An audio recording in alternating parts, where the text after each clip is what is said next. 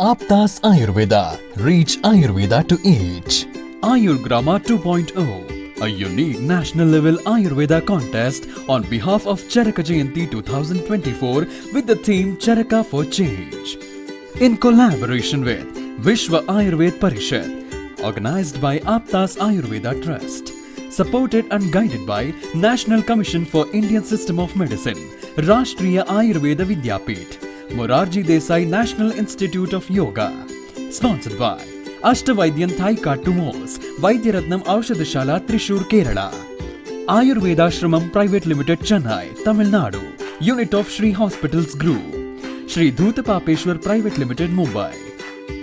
Prize for the contest is sponsored by students of late Vaidyaji Srinivasa Acharya.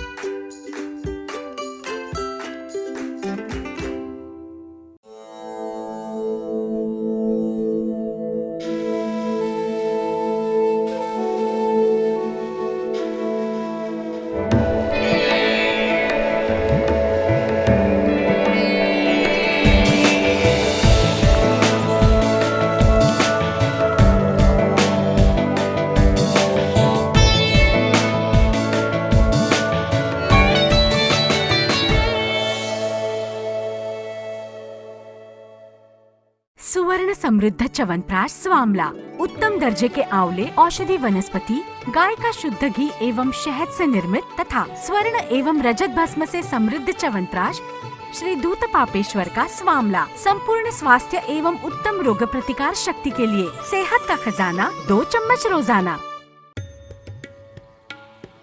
Sri Ayurvedic presents Pandit D. Gopalacharlu's Madhifala Rasayanam. It is made with tons of natural sweet lime, lemon and ginger. It works effectively in indigestion, gas trouble, loss of appetite and jaundice.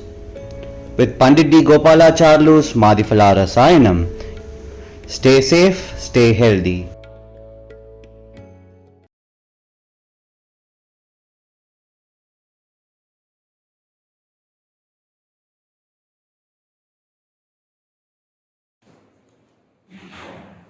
ನಮ್ಗೊಂದು idea ಬಂತು. ಈಗ ನಾವು ಚರಕವನ್ನು ನಾವು ಕಲಿತೀವಿ, ಜನರು follow ಮಾಡ್ತಾರೆ, but ಅದು ಅರಿವಿಲ್ಲಲ್ಲ ಅವರಿಗೆ. ಹೇಗಾದ್ರೂ ಮಾಡಿ ಎಲ್ಲ ಜನರಿಗೆ ಇದ್ರ ಬಗ್ಗೆ ಹೇಳ್ಕೊಡ್ಬೋದಲ್ಲ?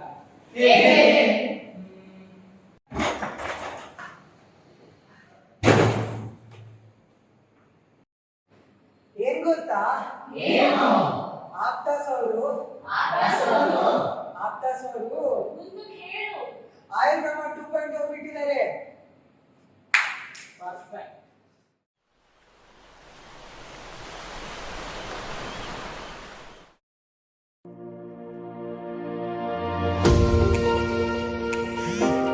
ಆಚರಣೆಯಲ್ಲಿರುವಂತಹ ಜೀವನ ಶೈಲಿಗೆ ಆಯುರ್ವೇದದ ರೂಪ ನೀಡಿ ತಿಳಿಯದೇ ಇರುವಂತಹ ಸಂಗತಿಗಳನ್ನು ಜನರಿಗೆ ಮನದಟ್ಟು ಮಾಡಿ ಹೊಸ ವಿಚಾರಗಳನ್ನು ಕಲಿಯುವ ದೃಷ್ಟಿಯಿಂದ ಅಪ್ಪಟ ಹಸಿರಿನ ಕಂಬಳಿ ಹೊದ್ದು ಸಾವಿರಾರು ಬಗೆಯ ಜೀವಜಂತುಗಳ ಆಶ್ರಯಧಾಮವಾಗಿ ಕಡಲ ತೀರದ ಅಲೆಗಳಿಗೆ ಸಾಕ್ಷಿಯಾಗಿರುವ ಈ ಗ್ರಾಮ ತೆಂಕನಿಡಿಯೂರು ನಮ್ಮ ಆಯುರ್ಗ್ರಾಮ ಶಿಬಿರದ ಕಾರ್ಯಕ್ಷೇತ್ರ.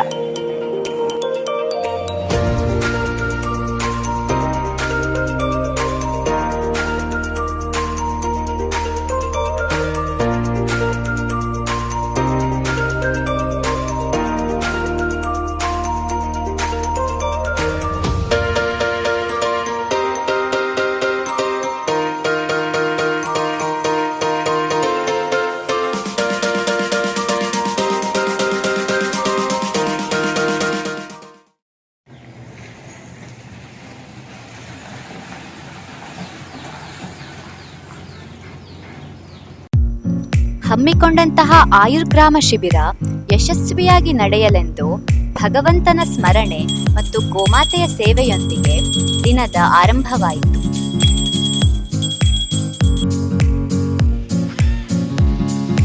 ಶ್ರೀ ಧರ್ಮಸ್ಥಳ ಮಂಜುನಾಥೇಶ್ವರ ಆಯುರ್ವೇದ ಕಾಲೇಜು ಮತ್ತು ಆಸ್ಪತ್ರೆಯ ವೈದ್ಯಕೀಯ ಅಧೀಕ್ಷಕರಾದ ಡಾಕ್ಟರ್ ನಾಗರಾಜ್ ಎಸ್, ಗ್ರಾಮ ಪಂಚಾಯತ್ ಅಧ್ಯಕ್ಷರಾದ ಶ್ರೀಮತಿ ಶೋಭಾ, ಗ್ರಾಮ ಪಂಚಾಯಿತಿ ಅಭಿವೃದ್ಧಿ ಅಧಿಕಾರಿಯಾದ ಶ್ರೀ ದಯಾನಂದ, ಸರಕಾರಿ ಪದವಿ ಪೂರ್ವ ಕಾಲೇಜಿನ ಪ್ರಾಂಶುಪಾಲರಾದ ಶ್ರೀ ವಿಶ್ವನಾಥ ಕಡಬ ಮತ್ತು ತಂಡದ ಮಾರ್ಗದರ್ಶಕರಾದ ಡಾಕ್ಟರ್ ಯೋಗೀಶ್ ಆಚಾರ್ಯ ಅವರ ನೇತೃತ್ವದಲ್ಲಿ ಸಕಲ ಸಿದ್ಧತೆಗಳಿಂದ ಹಮ್ಮಿಕೊಳ್ಳಲಾಗಿದ್ದ ಸಮಾರಂಭವು ಧನ್ವಂತರಿ, ಚರಕ ಆರಾಧನೆ ಮತ್ತು ದೀಪಜ್ಯೋತಿ ಬೆಳಗುವುದರ ಮೂಲಕ ಉದ್ಘಾಟನೆಗೊಂಡಿತು.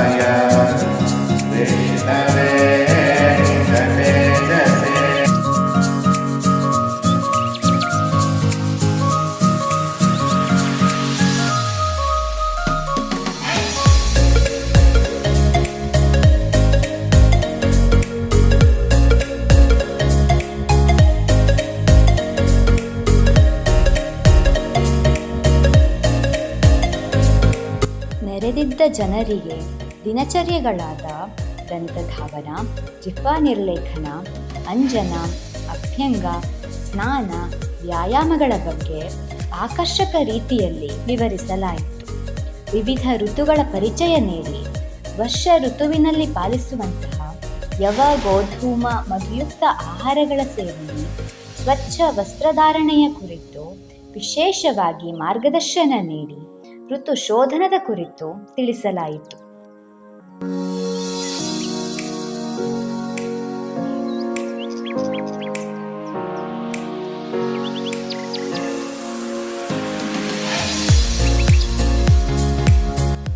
ಡೆಂಗ್ಯೂ, ಮಲೇರಿಯಾ ಪೀಡಿತ ಪ್ರದೇಶವಾದುದರಿಂದ ಸ್ವಚ್ಛತೆ ಮತ್ತು ಆರೋಗ್ಯ ರಕ್ಷಣೆಯನ್ನು ನಾಟಕದ ಮೂಲಕ ಜಾಗೃತಿ ಮೂಡಿಸಿ ಧೂಪನ ಪರಿಕಲ್ಪನೆಯನ್ನು ಶಾಸ್ತ್ರೋಕ್ತವಾಗಿ ಜನರಲ್ಲಿ ತಿಳಿಸಲಾಯಿತು.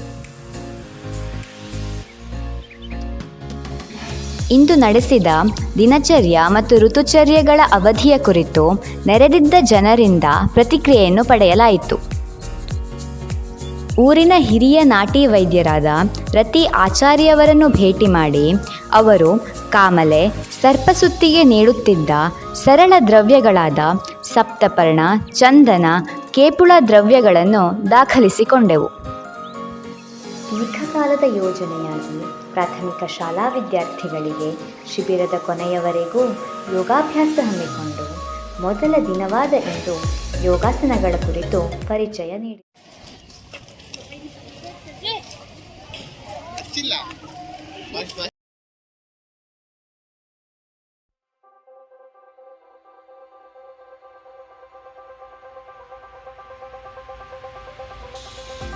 ಪ್ರಾಥಮಿಕ ಶಾಲಾ ವಯಸ್ಸಿನ ಮಕ್ಕಳಿಗಾಗಿ 2ನೇ ದಿನವನ್ನು ಮೀಸಲಿಡಲಾಗಿತ್ತು. ಸರಕಾರಿ ಪ್ರಾಥಮಿಕ ಶಾಲೆ ಗರಡಿ ಮಜಲಿನ ಮಕ್ಕಳೊಂದಿಗೆ ಪ್ರಾರ್ಥನೆಯಲ್ಲಿ ಭಾಗವಹಿಸಿ ಶಾಲೆಗೊಂದು ಕೈತೋಟ ಎಂಬ ಕಲ್ಪನೆಯೊಂದಿಗೆ ಮಂಡುಕಪರ್ಣಿ, ತುಳಸಿ, ಭೂಮ್ಯಾಮಲಕಿ ಇತರ ಸಾಮಾನ್ಯವಾಗಿ ಬೆಳೆಯುವ ಸಸ್ಯಗಳನ್ನು ನೆಟ್ಟು ಮೇಥ್ಯ ರಸಾಯನವಾದ ಮಂಡೂಕಪರ್ಣಿಯ ನಿತ್ಯ ಸೇವನೆಯ ಬಗ್ಗೆ ಮಾರ್ಗದರ್ಶನ ನೀಡಲಾಯಿತು.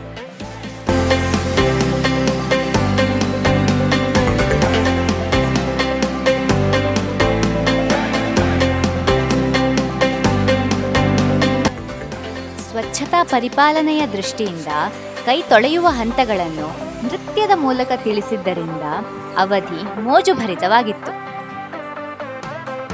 ಮಕ್ಕಳು ಈ ವಿಧಾನವನ್ನು ಹಾಡಿ, ನಲಿದು, ಕುಣಿದು ಅತಿ ಸಂಭ್ರಮದಿಂದ ಶೀಘ್ರವಾಗಿ ಕಲಿತುಕೊಂಡರು.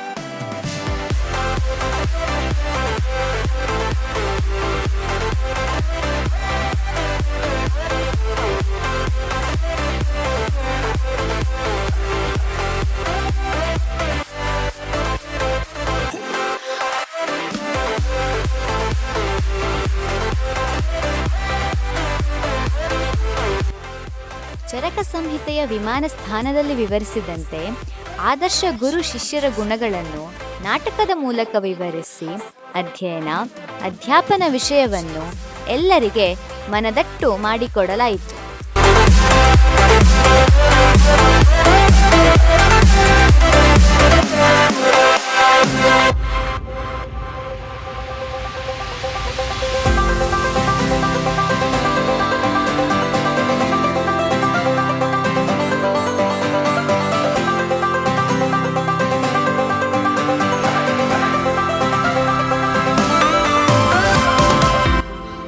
ವಿವಿಧ ಔಷಧಿ ಸಸ್ಯಗಳ ಗುರುತಿಸುವಿಕೆ.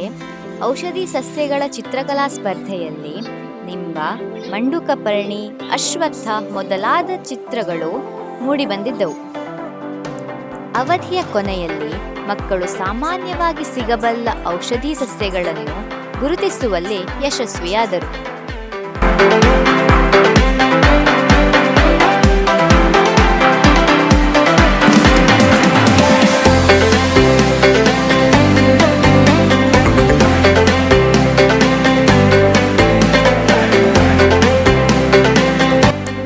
ಸಂಹಿತೆಯಲ್ಲಿ ವಿವರಿಸಿದ ಆಹಾರ ವಿಧಿ ವಿಧಾನದ ಕುರಿತು ವಿಶೇಷವಾಗಿ ಸಾಕ್ಷ್ಯ ಚಿತ್ರಗಳ ಮೂಲಕ ಮಕ್ಕಳಿಗೆ ತಿಳಿಸಲಾಯಿತು. ಕಲಿತಂತಹ ಈ ಆಹಾರ ವಿಧಿ ವಿಧಾನವನ್ನು ಮಕ್ಕಳು ಅಳವಡಿಸಿಕೊಂಡು ಮಧ್ಯಾಹ್ನದ ಊಟ ಮಾಡಿದರು.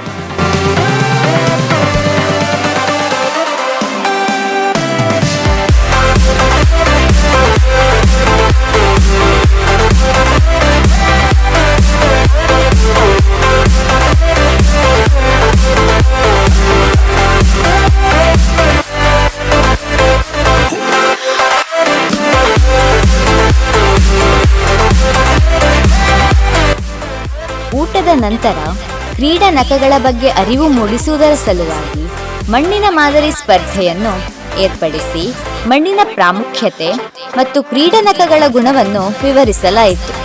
ಮಣ್ಣಿನಲ್ಲಿ ಆಮೆ, ಮತ್ಸ್ಯ ಮೊದಲಾದ ಆಕೃತಿಗಳು ಎಲ್ಲರ ಗಮನ ಸೆಳೆದವು.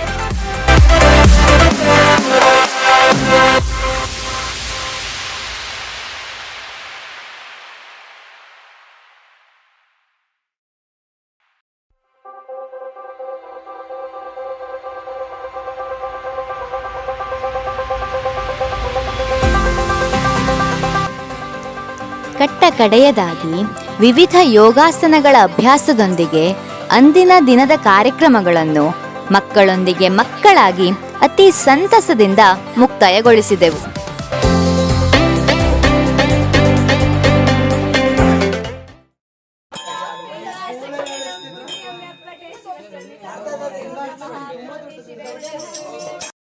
ಆಚಾರ್ಯ ಚರಕರನ್ನು ಮತ್ತು ಅವರ ಕೊಡುಗೆಗಳನ್ನು ಹಳ್ಳಿಯ ಮೂಲೆ ಮೂಲೆಗಳಲ್ಲಿ ಹೇಳುವ ದೃಷ್ಟಿಯಿಂದ ಚರಕ ಮೆರವಣಿಗೆಯನ್ನು 3ನೇ ದಿನದಂದು ಏರ್ಪಡಿಸಲಾಗಿತ್ತು. ತಂಡದ ಸದಸ್ಯರೇ ಸೇರಿ ತಯಾರಿಸಿದ್ದ ಪಲ್ಲಕ್ಕಿಯಲ್ಲಿ ಚರಕ ಸಂಹಿತೆಯನ್ನು ಅಲಂಕರಿಸಲಾಗಿತ್ತು.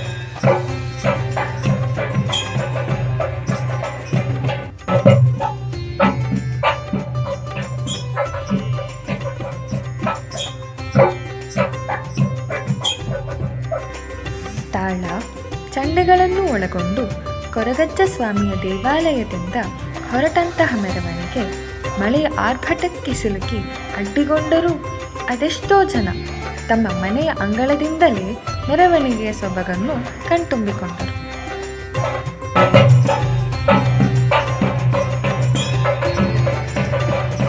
ಸಕಲ ವಾದ್ಯಗಳ ನಾದದಿಂದ ಕೂಡಿದ್ದ ವಾತಾವರಣವು ನೆರೆದಿದ್ದ ಜನರಲ್ಲಿ ಒಂದು ಕ್ಷಣ ಮೈನ ವಿರೇಳುವಂತೆ ಮಾಡಿದ್ದವು. ದಾರಿಯುದ್ದಕ್ಕೂ ಬದಲಾವಣೆಗಾಗಿ ಚರಕ, ಆಯುರ್ವೇದವೇ ಅಮೃತ ಎಂಬ ಘೋಷವಾಕ್ಯಗಳು ಹೊರಹೊಮ್ಮಿದ್ದವು.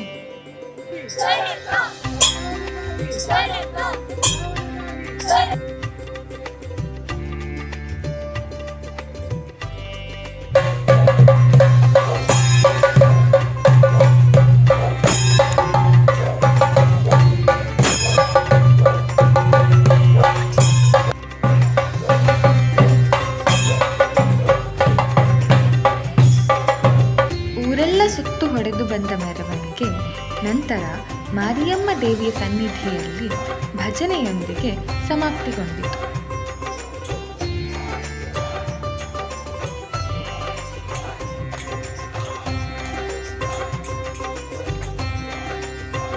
ತದನಂತರದಲ್ಲಿ ವರ್ಷ ಋತುವಿನಲ್ಲಿ ವಿವರಿಸಲಾದ ಮಧುದಕವನ್ನು ತಯಾರಿಸಿ ಮನೆ ಮನೆಗಳಿಗೆ ವಿತರಿಸಿ ಅದರ ಮಹತ್ವವನ್ನು ತಿಳಿಸಲಾಯಿತು.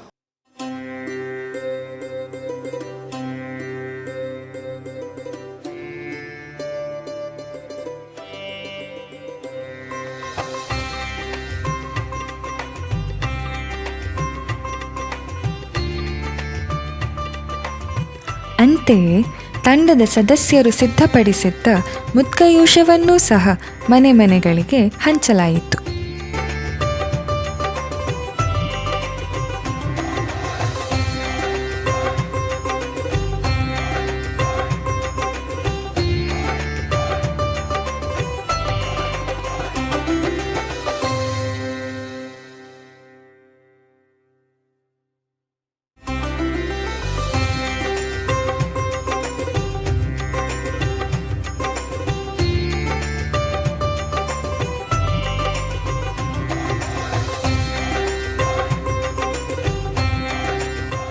ಹತ್ತಿರದ ವೃದ್ಧಾಶ್ರಮದಲ್ಲಿ ಕಾರ್ಯಕ್ರಮವನ್ನು ಹಮ್ಮಿಕೊಂಡು ವೃದ್ಧಾಪ್ಯದಲ್ಲಿ ಸಾಮಾನ್ಯವಾಗಿ ಕಾಣುವಂತಹ ನಿದ್ರಾನಾಶ, ದೌರ್ಬಲ್ಯ, ಇತರ ರೋಗಗಳನ್ನು ತಿಳಿಸಿ ರಸಾಯನ, ಬಲ್ಯ, ಮೇದ್ಯ ದ್ರವ್ಯಗಳಾದ ಮಂಡೂಕಪರ್ಣಿ, ಗುಡೂಚಿ, ಇತರ ದ್ರವ್ಯಗಳಿಂದ ತಂಬಳಿ, ಚಟ್ನಿ ಮಾಡುವ ಬಗೆಯನ್ನು ಮತ್ತು ಅವುಗಳ ಉಪಯೋಗಗಳನ್ನು ತಿಳಿಸಲಾಯಿತು.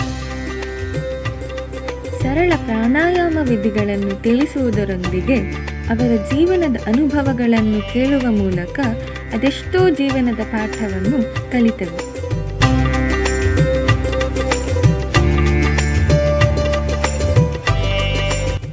ಎಂದಿನಂತೆ ವಿವಿಧ ಯೋಗಾಸನಗಳ ಅಭ್ಯಾಸದೊಂದಿಗೆ ದಿನವನ್ನು ಮುಕ್ತಾಯಗೊಳಿಸಲಾಯಿತು.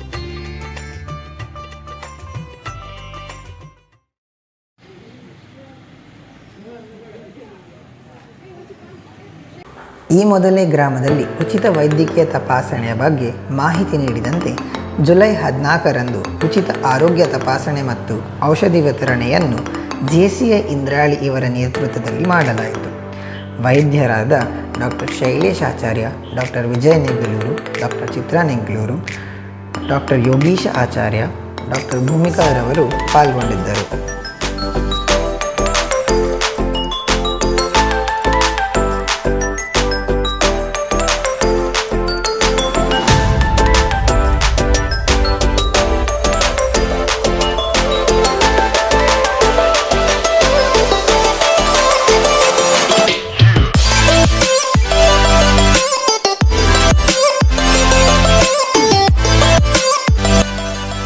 ರಕ್ತದೊತ್ತಡ, ಮಧುಮೇಹ ಪರೀಕ್ಷೆ ಮತ್ತು ಸಾಮಾನ್ಯವಾಗಿ ಕಾಣಿಸುವ ಗಂಟು ನೋವು, ಆಮ್ಲಪಿತ್ತಗಳಂಥ ವ್ಯಾಧಿಗಳಿಗೆ ವಿಶೇಷ ಒತ್ತು ನೀಡಿ ಆರೋಗ್ಯ ಸಂರಕ್ಷಣೆಯ ಬಗ್ಗೆ ಮಾಹಿತಿ ನೀಡಲಾಗಿತ್ತು.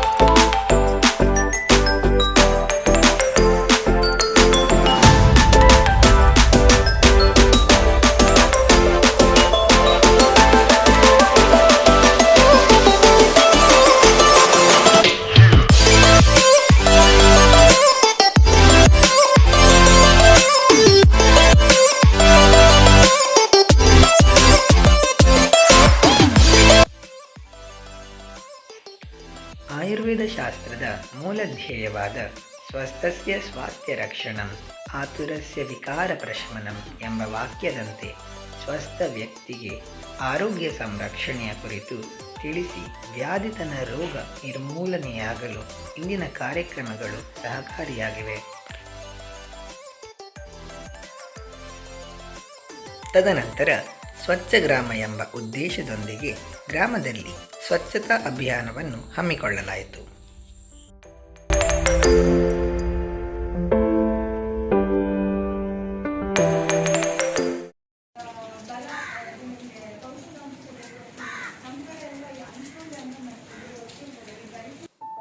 ದಿನದ ಆರಂಭವನ್ನು ಆಯುರ್ವೇದ ಸಮೀಕ್ಷೆಯೊಂದಿಗೆ ಪ್ರಾರಂಭಿಸಲಾಗಿತ್ತು.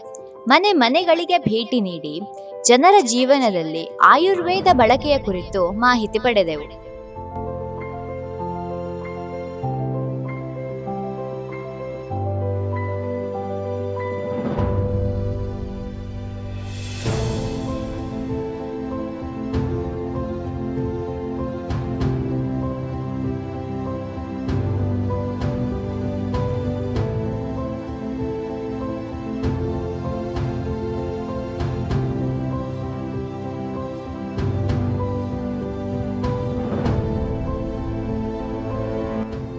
ಊರಿನ ಅಂಗನವಾಡಿ ಕೇಂದ್ರದಲ್ಲಿ ಗರ್ಭಿಣಿಯರು, ಬಾಣಂತಿಯರು ಮತ್ತು 5 ವರ್ಷದ ಒಳಗಿನ ಮಕ್ಕಳಿಗಾಗಿ ಅವಧಿಯನ್ನು ಮೀಸಲಿಡಲಾಗಿತ್ತು. ಗರ್ಭಿಣಿಯರಲ್ಲೇ ಗರ್ಭಿಣಿಚರ್ಯ, ಗರ್ಭ ಉಪಘಾತಕರ ವಿಷಯ, ದೌರ್ಭದ ಅವಸ್ಥೆಯ ಬಗ್ಗೆ ವಿವರಿಸಿ 7ನೇ ತಿಂಗಳಿನಲ್ಲಿ ವಿಶೇಷವಾಗಿ ವಿವರಿಸಲಾದ ಕಿಕ್ಕಿಸ್ಸ ಮತ್ತು ಅದರ ಆರೈಕೆಯನ್ನು ಹೇಳಲಾಯಿತು. ಗರ್ಭಿಣಿ ಮತ್ತು ಬಾಣಂತಿಯರ ಮಾನಸಿಕ ಮತ್ತು ದೈಹಿಕ ಸ್ಥೈರ್ಯ, ಅವರ ಆರೈಕೆ, ಸ್ತನ್ಯಪಾನದ ಮಹತ್ವ ಮತ್ತು ವಿಧಾನ ಮತ್ತು ಸ್ತನ್ಯದ ಅಭಾವದಲ್ಲಿ ಸ್ತನ್ಯವರ್ಧಕ ದ್ರವ್ಯಗಳ ಸೇವನೆಯ ಬಗ್ಗೆ ವಿಶೇಷ ಒತ್ತು ನೀಡಲಾಯಿತು. ಪಾರಂಪರಿಕವಾಗಿ ನಡೆದು ಬಂದಂತಹ ವಿವಿಧ ಸಂಸ್ಕಾರಗಳಾದ ನಾಮಕರಣ, ಅನ್ನಪ್ರಾಶನ, ಕರ್ಣವ್ಯಧನಗಳ ಪ್ರಾಮುಖ್ಯತೆ ಮತ್ತು ಅವುಗಳ ಇಂದಿನ ಪ್ರಸಕ್ತತೆಯ ಕುರಿತು ಮಾಹಿತಿ ನೀಡಲಾಯಿತು.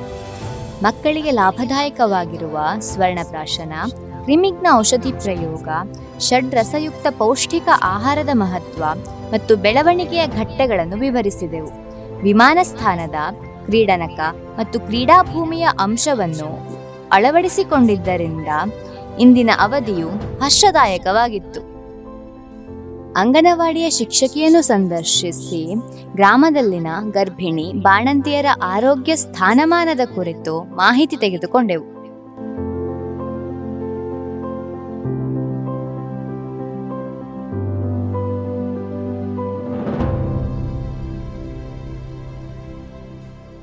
ಸಾಂಕ್ರಾಮಿಕ ರೋಗಗಳ ತಡೆಗಟ್ಟುವಿಕೆಯ ಹಿನ್ನೆಲೆಯಲ್ಲಿ ರೆಡ್ ರಿಬ್ಬನ್ ಕ್ಲಬ್, ರೋಟರಾಕ್ಟ್ ಸಂಸ್ಥೆಗಳ ಸಹಯೋಗದೊಂದಿಗೆ ಏಡ್ಸ್ ರೋಗದ ಅರಿವು ಮತ್ತು ತಡೆಗಟ್ಟುವಿಕೆಯ ಕುರಿತು ಶ್ರೀಯುತ ಮಹಾಬಲೇಶ್ವರ್ ಅವರು ಕಾಲೇಜು ವಿದ್ಯಾರ್ಥಿಗಳನ್ನು ಒಳಗೂಡಿ ತಮ್ಮ ಭಾಷಣ ಮಂಡಿಸಿದರು.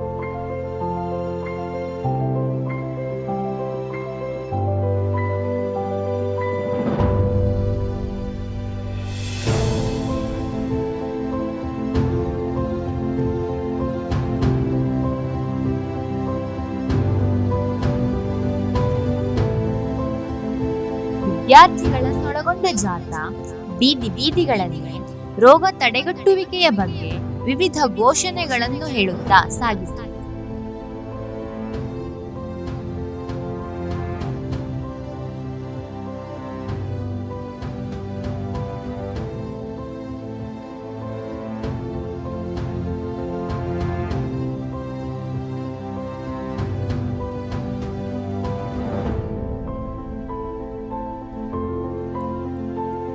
ಎಂದಿನಂತೆ ದಿನವನ್ನು ಯೋಗಾಭ್ಯಾಸದ ಮೂಲಕ ಕೊನೆಗೊಳಿಸಲಾಯಿತು.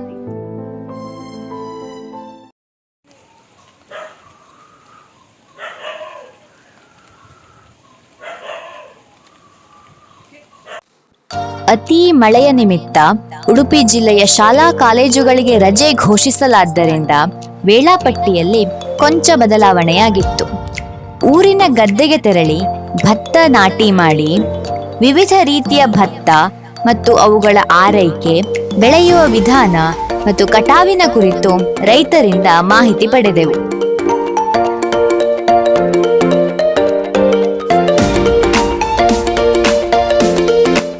ನಮಸ್ತೆ, ನನ್ನ ಹೆಸರು ಜಗದೀಶ್. ನಾವು M4 ತಳಿಯನ್ನು ನಾಟಿ ಮಾಡಿದ್ದೇವೆ. ಹೌದು, M4 ಭತ್ತದ ತಳಿಯನ್ನು ನಾಟಿ ಮಾಡಿದ್ದೇವೆ. ನಾವು ಮೇ 1ನೇ ವಾರದಲ್ಲಿ ಇದನ್ನು ನಾಟಿ ಮಾಡ್ತೇವೆ. 120 ದಿನಗಳ ನಂತರ ಅದನ್ನು ಹಾರ್ವೆಸ್ಟ್ ಮಾಡಲಿಕ್ಕೆ ಕಳಿಸ್ತೇವೆ. ಸುಮಾರು ಅಕ್ಟೋಬರ್ ತಿಂಗಳಲ್ಲಿ ಮಾಡ್ತೇವೆ. ನಾವು ಯಾವುದೇ ಒಂದು ಕೆಮಿಕಲನ್ನು ಆ್ಯಡ್ ಮಾಡೋದಿಲ್ಲ, ಕೇವಲ ಹಸುವಿನ ಗೊಬ್ಬರವನ್ನು ಯೂಸ್ ಮಾಡ್ತೇವೆ.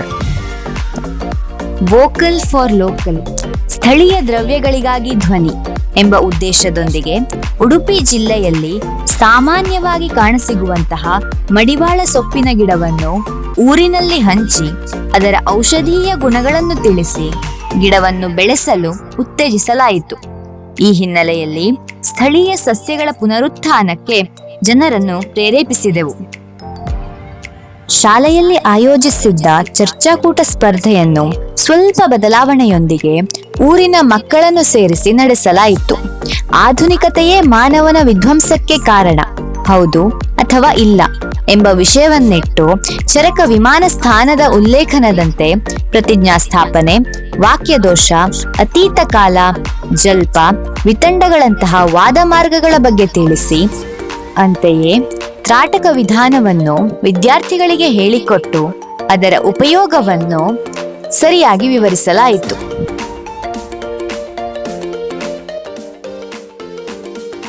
ನೆರೆದಿದ್ದ ಪ್ರೌಢಶಾಲೆಯ ವಿದ್ಯಾರ್ಥಿಗಳಿಗೆ ಮಾದಕ ವಸ್ತುಗಳ ಸೇವನೆಯ ಅಡ್ಡ ಪರಿಣಾಮಗಳ ಬಗ್ಗೆ ತಿಳಿಸಿ ವ್ಯಸನಮುಕ್ತ ಸಮಾಜದ ಕಲ್ಪನೆಯನ್ನು ವಿವರಿಸಲಾಯಿತು.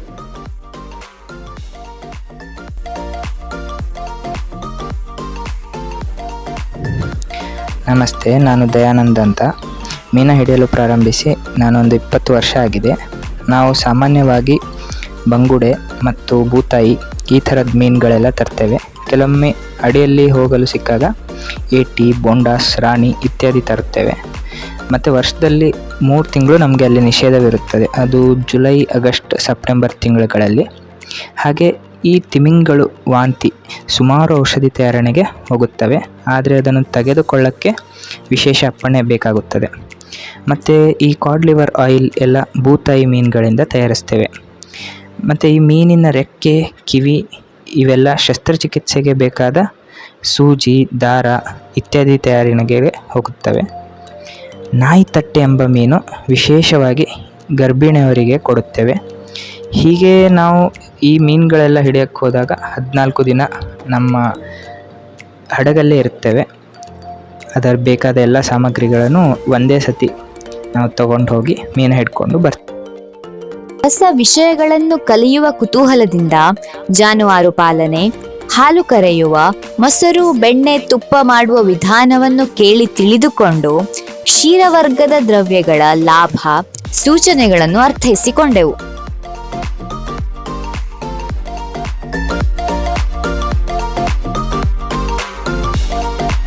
ಹತ್ತಿರದ ವ್ಯಾಯಾಮ ಶಾಲೆಗೆ ತೆರಳಿ ಚರಕ ಸೂತ್ರಸ್ಥಾನದ ಪ್ರಕಾರ ವ್ಯಾಯಾಮದ ಮಹತ್ವ, ವಿವಿಧ ಕಾಲದಲ್ಲಿ ಬಲಾನುಸಾರ ವ್ಯಾಯಾಮ ಮತ್ತು ವ್ಯಾಯಾಮದ ಬಗ್ಗೆ ಕೆಲವು ಸೂಚನೆಗಳನ್ನು ನೀಡಲಾಯಿತು.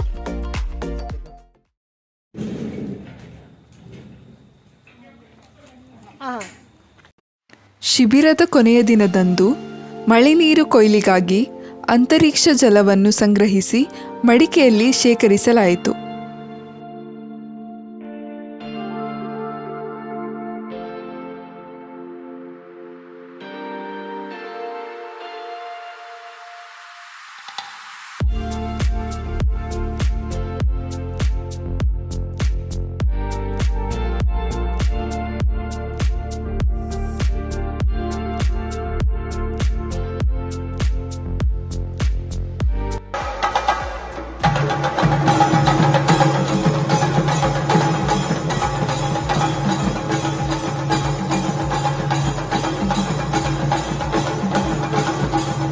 ಮಧ್ಯಾಹ್ನದ ಅವಧಿಯಲ್ಲಿ ನಡೆದ ಸಮಾರೋಪ ಕಾರ್ಯಕ್ರಮದಲ್ಲಿ 7 ದಿನದ ಶಿಬಿರದ ವರದಿಯನ್ನು ಒಪ್ಪಿಸಿ ಸಾಂಸ್ಕೃತಿಕ ಕಾರ್ಯಕ್ರಮವನ್ನು ಆಯೋಜಿಸಲಾಯಿತು.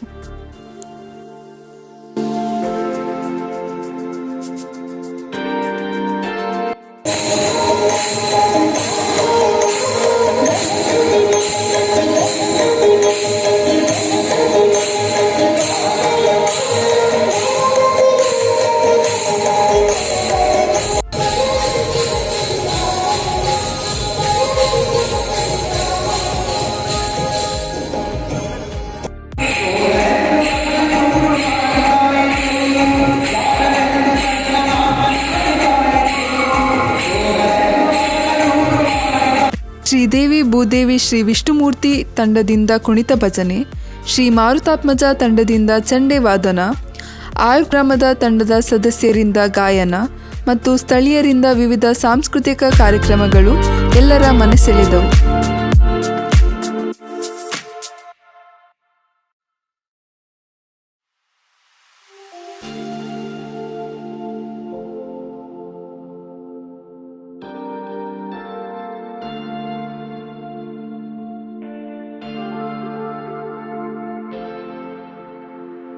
ಆಚಾರ್ಯ ಚರಕರ ಕೊಡುಗೆಯನ್ನು ಸಾಧ್ಯವಾದಷ್ಟು ಜನರಿಗೆ ತಿಳಿಸುವ ದೃಷ್ಟಿಯಿಂದ ಚರಕ ಭಾವಚಿತ್ರವನ್ನು ಸರಕಾರಿ ಪದವಿ ಪೂರ್ವ ಕಾಲೇಜು ತೆಂಕನಡಿಯೂರಿಗೆ ಕಾಣಿಕೆಯಾಗಿ ನೀಡಲಾಯಿತು. ಅಂತೆಯೇ ಕಟ್ಟ ಕಡೆಯದಾಗಿ 7 ದಿನದ ಶಿಬಿರದ ಕುರಿತು ಸ್ಥಳೀಯರಿಂದ ವಿದ್ಯಾರ್ಥಿಗಳಿಂದ ಪ್ರತಿಕ್ರಿಯೆಯನ್ನು ಪಡೆಯಲಾಯಿತು. ಯೋಗವನ್ನು ವಜ್ರಾಸನ, ಶವಾಸನ ಮತ್ತು ಗೋಮುಖಾಸನ, ವೃಕ್ಷಾಸನವನ್ನೆಲ್ಲ ನಮಗೆ ಕಲಿಸಿದರು ಮತ್ತು ಉಷ್ಟ್ರಾಸನ ಅದನ್ನೆಲ್ಲ ನಮಗೆ ಕಲಿಸಿ ಬೆಳಗ್ಗೆಯಿಂದ ನಮ್ಮ ಜೊತೆಯಲ್ಲೇ ಇದ್ದರು. ನನಗೆ ತುಂಬ ಖುಷಿಯಾಯಿತು. SDMC ಪರವಾಗಿ ಹಾಗೂ ನಮ್ಮ ಶಾಲಾ ಅಧ್ಯಾಪಕರ ವೃಂದದ ಪರವಾಗಿ ಧನ್ಯವಾದಗಳನ್ನು ಅರ್ಪಿಸುತ್ತೇನೆ. ಮಂದದಲ್ಲಿ ಒಳ್ಳೆ ಫಂಕ್ಷನ್ ಒಳ್ಳೆ ಮಾಡಿದ್ದೀರಿ ಮತ್ತು ಎಲ್ಲರೂ ನಾನು ಇಲ್ಲಿ ಬೆಳಗ್ಗೆ ಹೊತ್ತು ಹೇಳಿದ್ದೇನೆ ಮತ್ತು ಪ್ರೋಗ್ರಾಮ್ ಒಳ್ಳೆ ಮಾಡಿದೆ. ಈಗ ನೀವೇನು ಮುಂದೆ ಆಯುರ್ವೇದಕ್ಕೆ ನಾನು ಮೊನ್ನೆ ಹೇಳಿದ್ದೇನೆ ಕೆಲವೊಮ್ಮೆ ಅದನ್ನೇ ಅಲ್ಲಿ ಕಾಲೇಜಿಗೆ ಬರ್ತಿರಲ್ಲ ಮತ್ತು ಚರಕ ಆಚಾರ್ಯ ಬಗ್ಗೆ ಗೊತ್ತಾಯ್ತಾರೆ. ಇದೆಲ್ಲ 3 ಒಂದು ಹೊಸ ಅನುಭವ. ಏನು ಬಂದಿರಲ್ಲ ಈ ಥರ ಇದೆಲ್ಲ ಗೊತ್ತಿರಲಿಲ್ಲ, ಗೊತ್ತಿರ್ತಾರೆ. ಹಾಗಾಗಿ ಅವ್ರ ಮನಸ್ಸಲ್ಲಿ ಇದೆ, ಈಗ ಬಂದ್ರಪ್ಪ ನಮಗೆಲ್ಲ ಒಂದು ಐಡಿಯಾ ಕೊಟ್ಟು ಒಂದು ಮೆಸೇಜ್ ಕೊಟ್ಟು ಅಂದ್ಬಿಟ್ಟು ಒಂದು ಹೇಳಿದ್ದಾರೆ. ಅದರಿಂದ ನಮಗೂ ಒಳ್ಳೇದಾಗ್ತದೆ, ನಾವು ಹೇಳ್ತೀವಿ ಅಷ್ಟೇ. ಮತ್ತು ನೀವು ಅಷ್ಟೇ ಭಾಳ ಕಷ್ಟಪಟ್ಟು ಅಲ್ಲಿ ಇಲ್ಲಿ ಅಂತ ಈ ಮಳೆಯಲ್ಲಿ ಭಾಳ ಇದು ಮಾಡಿದ್ದೀರ. ಹಾಗಾಗಿ ನಿಮಗೂ ಒಂದು ಸ್ವಲ್ಪ ಐಡಿಯಾ ಬಂದರೆ ಸಿಕ್ತು ಅಂತ ನಾವು ಅನ್ಸ್ಕೊಂತೀವಿ. ಹಾಗಾಗಿ ಮತ್ತು ಇಂಥ ಕ್ಯಾಂಪ್ಸ್ ಎಲ್ಲ ನಾವು ಈಗ ಮುಂದೆ ಮಾಡ್ಬೇಕನ್ಸುತ್ತೆ. ಅಲ್ಲ, ಮಾಡಬೇಕು, ಜನಗಳು ಗೊತ್ತಾಗ್ಬೇಕಂದ್ರೆ ಮಾಡಬೇಕು. ನೀವು ನಿಮ್ಮಲ್ಲೇ ಇಟ್ಕೊಂಡ್ರೆ ಅದು ಗೊತ್ತಾಗಲ್ಲ. ಈಗ ಆಯುರ್ವೇದದ ಬಗ್ಗೆ ಎಂತ ಆಯುರ್ವೇದನೇ ಈಗ ನಡೀತಿರೋದೇ ಅದೇ. ಇಂಗ್ಲೀಷ್ ಇದರಲ್ಲಿ ನಡೀತಲ್ಲ. ಈಗ ಏನು ಮೆಡಿಸಿನ್ ನಡೀತಿದೆ ಆಲ್ರೆಡಿ ನಮ್ಮ ಮನೆ ಫ್ಯಾಮಿಲಿ ಕಮ್ಮಿ ಅಂದರೆ ಈಗ 75% 80% ಅದೇ ಆಯುರ್ವೇದಿಕ್ ಇದೆ. 20% ಇಂಗ್ಲೀಷ್ ನಡೀತಿದೆ, ಮಾಡ್ತಾ ಅರ್ಜೆಂಟಿಗೆ ಆಗ್ತಾ ಇದೆ. ಅದು ಒಳ್ಳೆಯದಾಗುತ್ತೆ. ಆಯುರ್ವೇದ ಯೂಸ್ ಮಾಡ್ತಿದ್ದಾರೆ. ನಮಗೆ ದಿನಚರಿ ಬಗ್ಗೆ ಹೇಳಿದ್ದಾರೆ. ನಾವು ದಿವಸ ಕೂಡ ದಿನಚರಿಯನ್ನು ಅಳವಡಿಸಿಕೊಳ್ಳುತ್ತೇವೆ. ಇದರಿಂದ ತುಂಬ ಉಪಯೋಗ ಆಯಿತು. ಪ್ರೋಗ್ರಾಮ್ ಗಲೀಜಿಟ್ಕೊಳ್ಬಾರ್ದು. ಹಾಗೆ ನಾವು ಮನೆ ಮುಂದೆ ಗಲೀಜಿಟ್ಟಷ್ಟು ನಮಗೆ ಒಳ್ಳೆಯದಲ್ಲ. ಹಾಗೆ ನಾವು ಕ್ಲೀನ್ ಮಾಡಿಕೊಂಡ್ರೆ ನಮಗೇನೆ ಒಳ್ಳೆಯದು. ಹಾಗೆ ಸೊಳ್ಳೆಗಳ ಕಾಟದಿಂದ ನಾವು ಮುಕ್ತರಾಗ್ತದೆ. ಹಾಗೆ 8 ಪಾಯಿಂಟ್ಸ್ ಹೇಳಿದ್ರು ಅಂತ. ಹಾಗೆ ಅದರಲ್ಲಿ ನಾವು ಬೇಗ ಇದ್ದು 45 ಮುಂಚೆ ಬೇಗ ಇದ್ದು ನಮ್ಮ ಗ್ರಾಮೀಣ ಮೂಲಕದಲ್ಲಿ ಇರಬೇಕು. ಹಾಗೆ ಶೌಚವಿದ್ಯೆಯನ್ನು ಅಳವಡಿಸಬೇಕು. ಅದರಲ್ಲಿ ಗ್ರಾಮೀಣ ಮುಕ್ತ ನಾವು ಬೆಳಗ್ಗೆ ಎದ್ದು ದಿನಚರಿಯಲ್ಲಿ ನಾವು ಮಾಡಿದಷ್ಟು ತುಂಬ ಚೆನ್ನಾಗಿರುತ್ತೆ. ಇನ್ನೂ ಹಲವಾರು ಪಾಯಿಂಟ್ಸ್ಗಳಿದೆ, ಅದರಲ್ಲಿ ನಾವು ತುಂಬ ಅಳವಡಿಸ್ಕೊಳ್ಬೇಕು. ಯಾವ್ಯಾವ ರೀತಿ ಅಂದರೆ ದಿನ ನಾವು ನಮ್ಮ ಮನೆ ಮುಂದೆ ಯಾವಾಗಲೂ ಗಲೀಜು ಇಟ್ಕೊಳ್ಬಾರ್ದು. ಕ್ಲೀನಲ್ಲಿ ಇಟ್ಕೊಂಡಷ್ಟು ನಮ್ಮ ಹೆಲ್ತ್ ಚೆನ್ನಾಗಿರುತ್ತೆ. ನಾನು ವಾಸುಮುಗೆ, ರಾಜ್ಯಶಾಸ್ತ್ರ ಉಪನ್ಯಾಸಕರು, ಹಾಗೆ ಮಾಜಿ ಸೈನಿಕರು ಕೂಡ. ತಾವು ಈ ಹಿಂದಿನ ದಿನದಲ್ಲಿ ಈಗ ಕಳೆದ 6-7 ದಿನಗಳಿಂದ ತಾವು ಆಯುರ್ಗ್ರಾಮ ಕಾರ್ಯಕ್ರಮವನ್ನೇನು ಆಯೋಜಿಸಿದ್ದೀರ. ಈ ಒಂದು ಕಾರ್ಯಕ್ರಮ ನಮ್ಮಲ್ಲಿ ಹಾಗೂ ನಮ್ಮ ವಿದ್ಯಾರ್ಥಿಗಳಲ್ಲಿಯೂ ಕೂಡ ಹಲವಾರು ವಿಷಯಗಳನ್ನು ಕಲೀಲಿಕ್ಕೆ ಅವಕಾಶವನ್ನು ಮಾಡಿಕೊಟ್ಟಿದೆ ಅಂತ ಹೇಳಲಿಕ್ಕೆ ಬಯಸ್ತೀನಿ. ಹಾಗೆ ಇತ್ತೀಚಿನ ದಿನದಲ್ಲಿ ನಾವು ಏನು ಇಂಗ್ಲೀಷ್ ಮೆಡಿಸಿನ್ ಮೊರೆ ಹೋಗ್ತಾ ಇದ್ದೀವೋ ಅದು ನಮ್ಮಲ್ಲಿ ಹಲವಾರು ರೀತಿಯ ತೊಂದರೆಗಳಿಗೂ ಕೂಡ ಅಂದರೆ ಸೈಡ್ ಎಫೆಕ್ಟ್ಗಳಿಗೂ ಕೂಡ ಕಾರಣ ಆಗುತ್ತೆ ಅಂತ ಹೇಳ್ತಾ, ಹಾಗೆ ಇತ್ತೀಚಿನ ದಿನದಲ್ಲಿ ಆಯುರ್ವೇದದಲ್ಲೂ ಕೂಡ ಎಲ್ಲ ರೀತಿಯ ಟ್ರೀಟ್ಮೆಂಟ್ಗಳು ಇದೆ ಅನ್ನೋದನ್ನು ತಾವೆಲ್ಲರೂ ಕೂಡ ಅತ್ಯಂತ ಅದ್ಭುತವಾಗಿ ನಮಗೆಲ್ಲರಿಗೂ ಕೂಡ ತಿಳಿಸಿಕೊಟ್ಟಿದ್ದೀರಾ. ಎಲ್ಲರಿಗೂ ನಮಸ್ಕಾರ. ನಮ್ಮ ಶಾಲೆಯಲ್ಲಿ ಆಯುರ್ವೇದ ಒಂದು ಕಾಲೇಜಿನ ಉಡುಪಿ SDM ಕಾಲೇಜಿನ ವಿದ್ಯಾರ್ಥಿಗಳು ಸುಮಾರು 1 ವಾರದ ಕಾಲ ನಮ್ಮ ಶಾಲೆಗೆ ಬಂದು ನಮ್ಮ ಮಕ್ಕಳಿಗೆ ಯೋಗಾಭ್ಯಾಸವನ್ನು ಮಾಡಿಸಿ ಯೋಗದ ಮಹತ್ವವನ್ನು ತಿಳಿಸಿದ್ದಾರೆ. ಅಲ್ಲದೆ ಆಯುರ್ವೇದಿಕ ಗಿಡಮೂಲಿಕೆಯ ವೈದ್ಯಕೀಯ ಗುಣಗಳನ್ನು, ಅವುಗಳ ಉಪಯೋಗಗಳನ್ನು ತಿಳಿಸಿದ್ದಾರೆ. ನಮಸ್ತೆ. ತೆಂಕನಡಿಯೂರಲ್ಲಿ ಇಷ್ಟು ತನಕ ಆಯುರ್ವೇದಿಕ್ ಇದು ಕ್ಯಾಂಪ್ ಎಲ್ಲ ಆಗಲಿಲ್ಲ. ಇದು ಫಸ್ಟ್ ಆದ್ದು. ಇದು ಗ್ರಾಮಕ್ಕೆ ಎಲ್ಲ ಒಳ್ಳೆ ಮಾಹಿತಿ ಎಲ್ಲ ಕೊಟ್ಟಿದ್ದೀರಾ. ಅದಕ್ಕೆ ನಿಮ್ಮೆಲ್ಲರಿಗೂ ಧನ್ಯವಾದ. ಇಂಥದ್ದು ಕ್ಯಾಂಪ್ ಇನ್ನೂ ನೆಕ್ಸ್ಟ್ ನಮ್ಮ ಗ್ರಾಮದಲ್ಲಿ ಆಗಲಿ ಅಂತ ನಾವು ಇದು ಮಾಡ್ತಾ ಇದ್ದೇವೆ. ನನ್ನ ಹೆಸರು ದಯಾನಂದ್ ಬೆಣ್ಣೂರು ಅಂತ, PDO ತೆಂಕನಡಿಯೂರು ಗ್ರಾಮ ಪಂಚಾಯತ್. ಈ ಆಯುರ್ಗ್ರಾಮ ಅನ್ನುವಂಥ ಒಂದು ಪ್ರೋಗ್ರಾಮನ್ನು ನಮ್ಮ ಒಂದು ಗ್ರಾಮ ಪಂಚಾಯತ್ನಲ್ಲಿ ಮಾಡಿದ್ದಕ್ಕಾಗಿ ಪ್ರಥಮವಾಗಿ ನಾನು ಧರ್ಮಸ್ಥಳ ಆಯುರ್ವೇದಿಕ್ ಕಾಲೇಜಿನ ಎಲ್ಲ ವಿದ್ಯಾರ್ಥಿಗಳಿಗೂ ಕೂಡ ಅಭಿನಂದನೆಯನ್ನು ಸಲ್ಲಿಸ್ತೇನೆ. ಈ ಒಂದು ಆಯುರ್ವೇದ ಬಗ್ಗೆ ನಮ್ಮ ಪುರಾತನ ಕಾಲದಲ್ಲೂ ಕೂಡ ಭಾಳ ಒಂದು ಏನು ಅಂತಂದರೆ ಭಾಳ ಒಂದು ಒಳ್ಳೆಯ ಔಷಧಿಯ ಪದ್ಧತಿಯಾಗಿದೆ. ಈ ಆಯುರ್ವೇದಿಕ್ ಅನ್ನೋದನ್ನು ನಮ್ಮ ಈಗಿನ ಒಂದು ಜನರಿಕ್ ಇದು ಇಂಗ್ಲೀಷ್ ಮೆಡಿಸಿನ್ಗಳಿಂದ ನಾವೆಲ್ಲ ಮರೆತು ಹೋಗ್ತಾ ಇದ್ದೀವಿ. ಇದನ್ನು ಪುನರ್ ಒಂದು ನಮ್ಮ ಜೀವನ ಪದ್ಧತಿಯಲ್ಲಿ ರೂಢಿ ಮಾಡ್ಕೊಳ್ಳಿಕ್ಕೆ ಈ ಒಂದು ಆಯುರ್ಗ್ರಾಮ ಅನ್ನುವಂಥ ಒಂದು ಪ್ರೋಗ್ರಾಮನ್ನು ಮಾಡಿದ್ದೀರಿ. ದಯವಿಟ್ಟು ಎಲ್ಲ ಗ್ರಾಮದವರು ಕೂಡ ಇದನ್ನು ಅಳವಡಿಸಿಕೊಂಡು ಎಲ್ಲರೂ ಕೂಡ ಅದನ್ನು ಜೀವನದಲ್ಲಿ ಅಳವಡಿಸಿಕೊಂಡಲ್ಲಿ ನಮ್ಮ ಭಾರತದ ಒಂದು ಆಯುರ್ವೇದ ಪದ್ಧತಿಯನ್ನು ಬೆಳೆಸಬೇಕಾಗಿದೆ. ಮತ್ತು ಅದರ ಉಪಯೋಗ ತುಂಬ ಇದೆ, ಯಾವುದೇ ಸೈಡ್ ಎಫೆಕ್ಟ್ಗಳಿರೋದಿಲ್ಲ ಔಷಧಿಗಳಲ್ಲಿ. ಆದ್ದರಿಂದ ದಯವಿಟ್ಟು ಇದನ್ನೆಲ್ಲರೂ ಕೂಡ ಅಳವಡಿಸಬೇಕು. ಇದನ್ನು ಬೆಳೆಸ್ತಿರುವಂಥದ್ದು ನಮ್ಮ ಧರ್ಮಸ್ಥಳ ಆಯುರ್ವೇದಿಕ್ ಕಾಲೇಜಿನ ಎಲ್ಲರೂ ಕೂಡ ಧನ್ಯವಾದಗಳು ಸಲ್ಲಿಸ್ತಾ ನಮಸ್ತೆ. myself Rahul Pujari, team head of AG 2K47. So working in Ayurgrama 2.2 was a very good experience for us. So when the camp had started, we had no idea like how to start the camp and how do we conduct it. But initially we all did a very good teamwork, and we started our journey by also finding sponsorships and choosing our Gram Panchayat, that is Gram Panchayat Tenkanidiyur. So it was a very good experience in the beginning, and also while working we learned a lot of things like how to manage things and how to manage if there is certain things like there was heavy rain during our camp conduction, and we had to face a lot of problems at that time, but still we did not withdraw, and we showed a very good teamwork and still did a lot of work. Like we did not postpone things. Whatever we had planned, we did our best in our own ways, and this was a very good learning experience for us.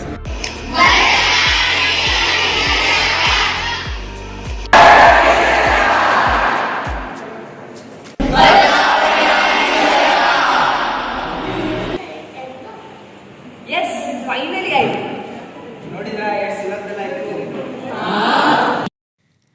ಚರಕ ಸೂತ್ರಸ್ಥಾನದಲ್ಲಿ ಹೇಳಿದಂತೆ ಪುರುಷಂ ವೀಕ್ಷ್ಯ ಎಂಬ ವಿಷಯವನ್ನು ಗಮನದಲ್ಲಿಟ್ಟುಕೊಂಡು ಆಯಾ ವಯಸ್ಸಿನ ಗುಂಪಿಗೆ ಪ್ರತ್ಯೇಕ ಕಾರ್ಯಕ್ರಮಗಳನ್ನು ಹಮ್ಮಿಕೊಂಡು ಈ 7 ದಿನದ ಶಿಬಿರವನ್ನು ಅದೆಷ್ಟೋ ಅಡ್ಡಿಗಳ ನಡುವೆಯೂ ಛಲವಾಗಿ ತೆಗೆದುಕೊಂಡು ಯಶಸ್ವಿಯಾಗಿ ಪೂರ್ಣಗೊಳಿಸಿದರು.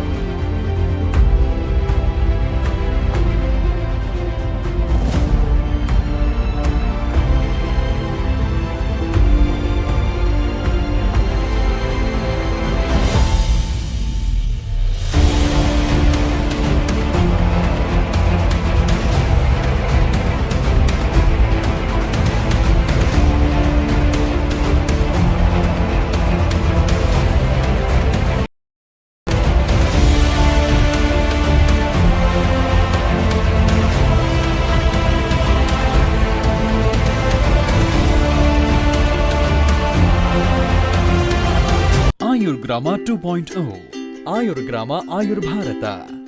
Subscribe and share this video to all and join hands with us to reach Ayurveda to each.